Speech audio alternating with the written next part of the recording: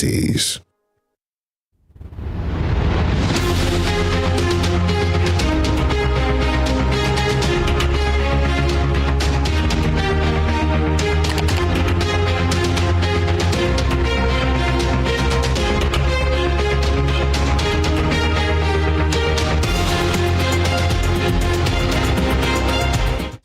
Good evening and welcome to Spring Global on Western Spring Television. Now the headlines.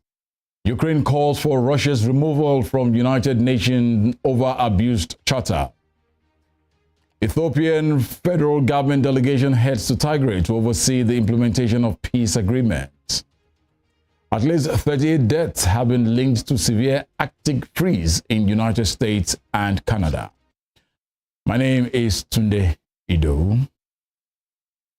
Ukraine's foreign ministry has called for Russia to be removed from the United Nations, stating that they abuse the charter and that their presence is illegitimate. In a statement posted by the ministry, it argues that the Russian Federation took the seat granted to the USSR in 1991 and never went through a formal approval process, much like the Czech Republic and Slovakia, which previously held a seat under Czechoslovakia.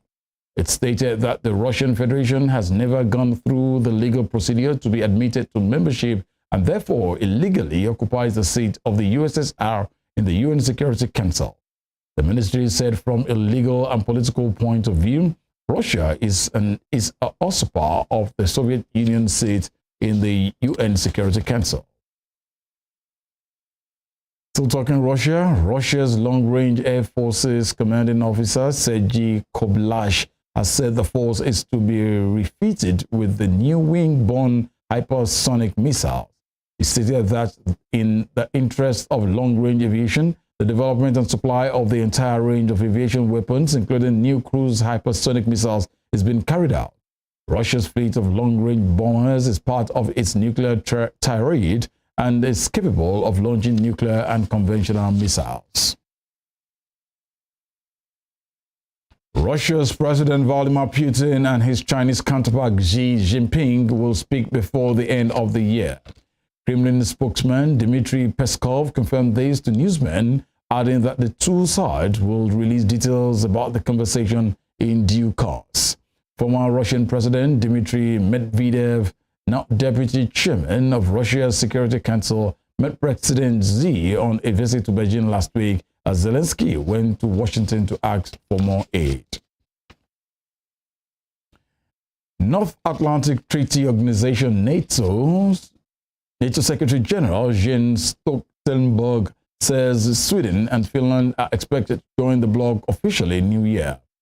Stoltenberg made this known in an end-of-year interview with the DPA news agency, stating that he was not able to say when exactly this will happen. He, however, said he was absolutely confident that the ratification process will be finalized in a timely manner. Sweden and Finland applied for NATO membership in May due to Russia's war on Ukraine, but Turkey has so far refused to ratify the accession protocols to clear the way for them to join the bloc.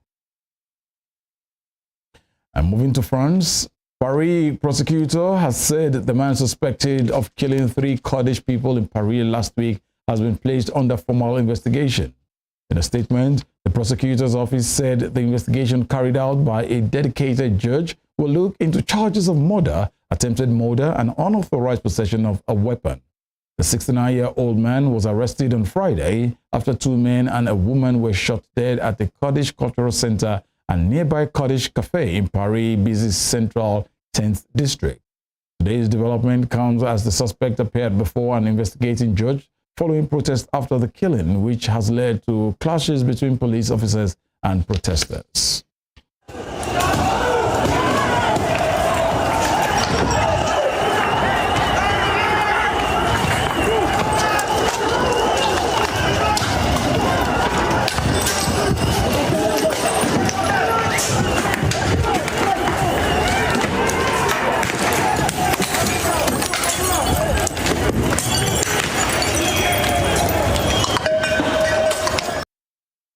At least 15 people have been hospitalized and an emergency situation declared in the southeastern Serbian city of Pirot following an ammonia leak caused by a cargo train derailing nearby. According to local media, among those taken to hospital in nearby NIS with symptoms of poisoning was a child, but no one was in a life-threatening condition. Nova's news web portal reported that there was a fog and a strong ammonia smell in Pirot, a city of 60,000 people, this morning. The 20-wagon train was carrying ammonia from Bulgaria's Agropolychim to Serbian fertilizer producer Zoka Eltskia, located in the town of Sabic, 90 kilometers west of Belgrade. Media reports said that 2 wagons had left the track on Sunday afternoon and turned over, causing one to leak. And in Africa, a delegation from the Ethiopian federal government is on its way to the northern region of Tigray to oversee the implementation of last month's peace agreement.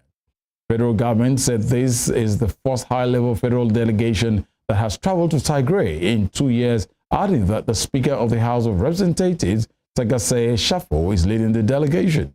In the statement, the government said the gesture is an attestation to the peace agreement getting on the right track and processing. The federal government and Tigrayan forces signed an agreement to permanently cease hostilities on November 2nd after 2 years of fighting that killed thousands and displaced millions. Voter registration kicked off in the Democratic Republic of the Congo over the weekend, and the country prepares for the December 2023 general election. However, registration opened in the first 10 provinces on Saturday morning to long lines and undersupplied stations. The country's Electoral Commission had earlier rolled out a new mobile phone pre-registration system to speed up the process and prevent the long queues that formed during past polls. But most registration stations in the capital, Kinshasa, failed to open as scheduled due to a lack of staff and material. President Felix Tshisekedi is expected to seek re-election after a first term marked by economic hardship and a resurgence of rebel activities in the east. Outside Africa, the United Nations Refugee Agency says the possible sinking of a boat with 180 Muslim-majority Rohingya on board will make 2022 one of the worst years for the community. The spokesman for the UN High Commissioner for Refugees, UNHCR, Babar Baloch, stated this over the weekend, stating that a boat from Bangladesh at the end of November was missing at sea, with all 180 on board presumed dead. The UNHCR said the vessel, which was not seaworthy, may have started to crack in early December before losing contact. Ballard said 2022 was one of the worst years for dead and missing Rohingya refugees after 2013 and 2014, adding that the number of people trying to flee had returned to levels seen before the COVID-19 pandemic. Nearly 1 million Rohingya from Myanmar are living in crowded facilities in Muslim-majority Bangladesh, including tens of thousands who fled their home country after its military conducted a deadly crackdown in 2017. Still in Rohingya, meanwhile, dozens of Rohingya refugees, all men, have drifted onto a beach in western Indonesia in a wooden boat with a broken engine. Local officials described them as hungry and weak after spending a month at sea. At least 3 men were taken to hospital. It is not clear if the 57 men are part of a group of at least 150 Rohingya who became stranded at sea weeks ago. The Rohingya are a persecuted ethnic minority in their original home of Myanmar. You're watching Spring Global on Western Springs Television. We'll be right back after this break.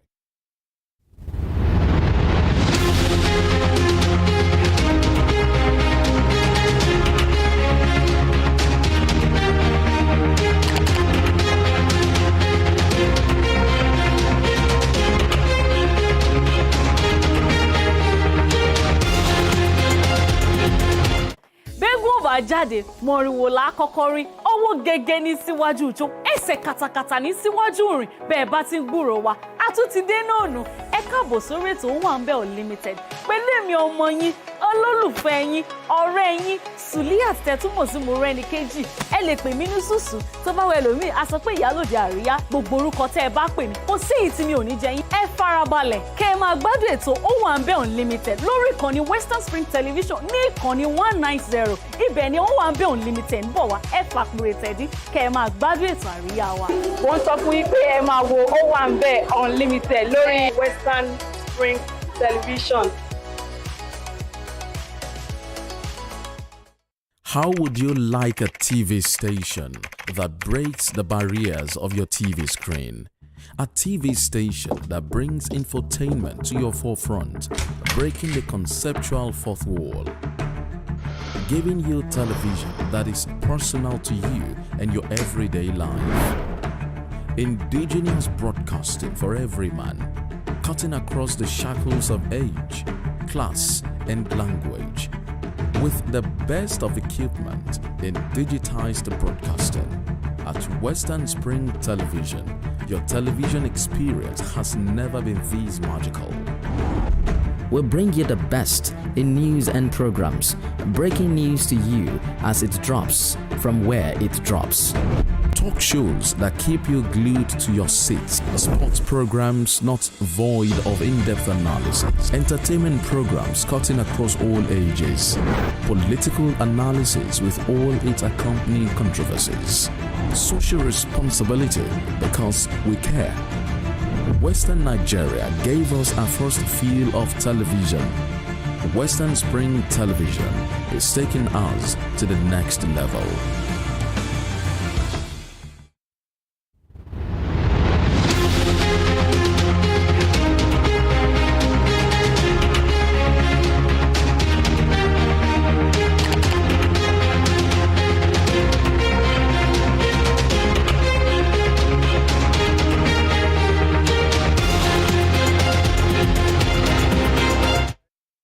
Thank you for staying with us. Into more stories making the rounds at this moment. At least 38 deaths have now been linked to a severe Arctic freeze that continues to hit the United States and Canada. Officials say 34 people died across the U.S., with the worst hit area being the city of Buffalo in New York State. 4 fatalities occurred in Canada when a bus rolled over on an icy road near the town of Merritt in the western province of British Columbia. The storm has wreaked havoc for days, but power has been steadily restored after a early blackout. Thousands of flights have been cancelled, preventing many people from reaching their families at Christmas. Earlier, while delivering a news briefing about the severe winter storm creating hazardous conditions across the state, New York Governor Kathy Hochul described the situation as a war with Mother Nature. We are in a war. This is a war with Mother Nature, and she has been hitting us with everything she has since the late hours of Thursday into Friday, Saturday, and now on Christmas morning. And this will go down in history as the most devastating storm in Buffalo's long storied history of having battled many battles, many major storms. I cannot overstate how dangerous the conditions still are. We need people to stay off the roads. Yes, one more day. I know it's Christmas. I know how hard it is. You came off of a couple of years of being separated during the pandemic. It's heartbreaking.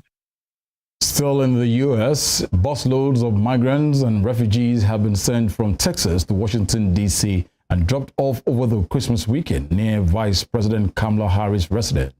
The managing director of SAMU First Response and Immigrant and Groups, Tatiana Laborde, confirmed the development, stating that approximately 110 to 130 migrants and refugees were placed on buses by Texas officials and left for freezing temperatures. Laborde said 8 groups had been informed of their journey and awaited their arrival late on Saturday to hand out blankets and then transport them to a church in the city's Capitol Hill neighborhood. She disclosed that some of the migrants and refugees were wearing T-shirts despite temperatures hovering about -9 degrees Celsius. The move is said to be part of a continued political effort by Republicans such as Texas Governor Greg Abbott to send a political message about migration to the Democrat administration of United States President Joe Biden. And in Asia, Taiwan's defense ministry today said some 71 Chinese aircraft entered the island's air defense identification zone in the past 24 hours, in what is the largest reported incursion to date. The aircraft included dozens of fighter jets, including 6 Su-30 warplanes, some of China's most advanced. The ministry said of the planes, 43 crossed the Taiwan Strait median line, an unofficial buffer between the two sides within the defense zone. It stated that additionally, 7 Chinese Navy ships were detected near Taiwan. Taiwan said the drills showed Beijing was destroying regional peace and trying to intimidate its people.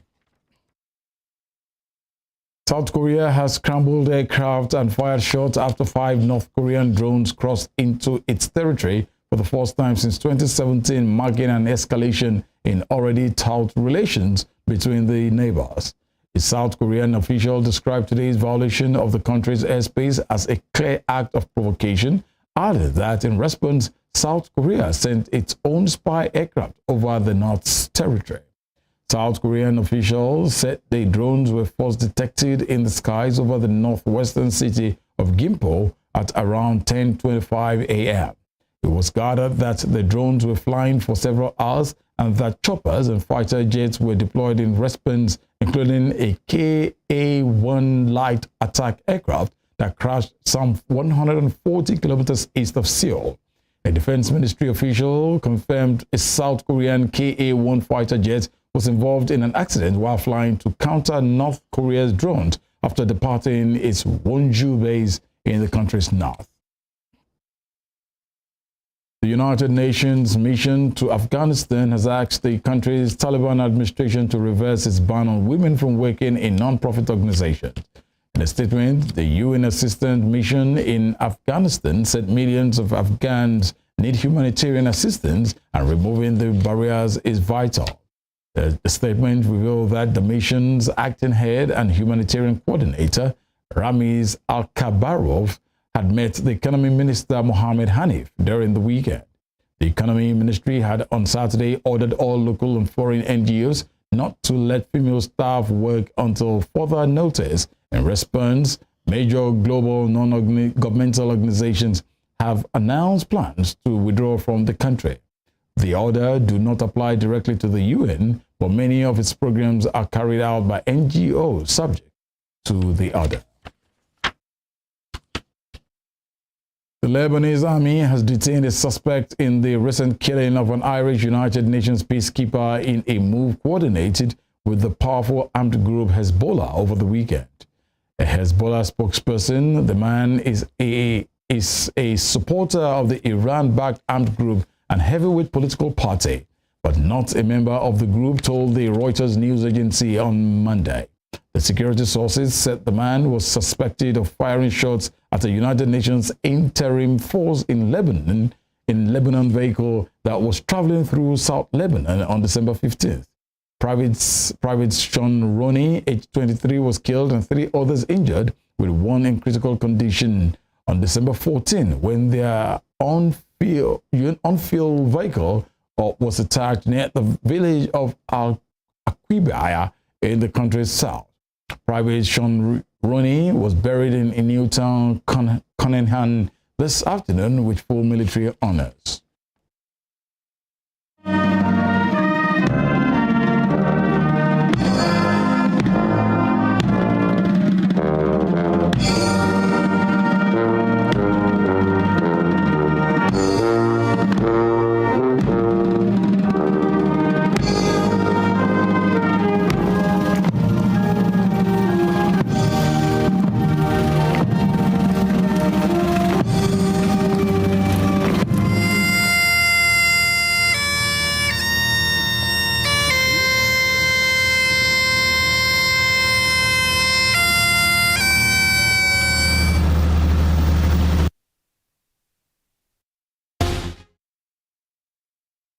And in business news, Russia's Deputy Prime Minister Alexander Novakis has hinted at resuming gas supply to Europe via the Yamal-Europe pipeline. Mr. Novakis told the Russian news agency TASS that the European market remains relevant. He also said the gas supplies to Europe had increased despite the disruptions. The energy problem between the Western world and Russia has been ongoing ever since Vladimir Putin and his men invaded Ukraine. Gas and oil form a pivotal part of Moscow's economy, and the West wants to hurt it by imposing sanctions. Before we end Spring Global, here is a recap of our top stories. Ukraine's foreign ministry has called for Russia to be removed from the United Nations, stating that they abuse the charter and that their presence is illegitimate. A delegation from the Ethiopian federal government is on its way to the northern region of Tigray to oversee the implementation of last month's peace agreement. At least 38 deaths have now been linked to a severe Arctic freeze that continues to hit the United States and Canada. You can follow us on our social media handles on Facebook, Instagram, and Twitter at Western Spring Television. You can also watch us live on our YouTube channel at Western Spring Television. Thank you for watching. We'll be back again tomorrow. I am Tunde Ido. Good afternoon.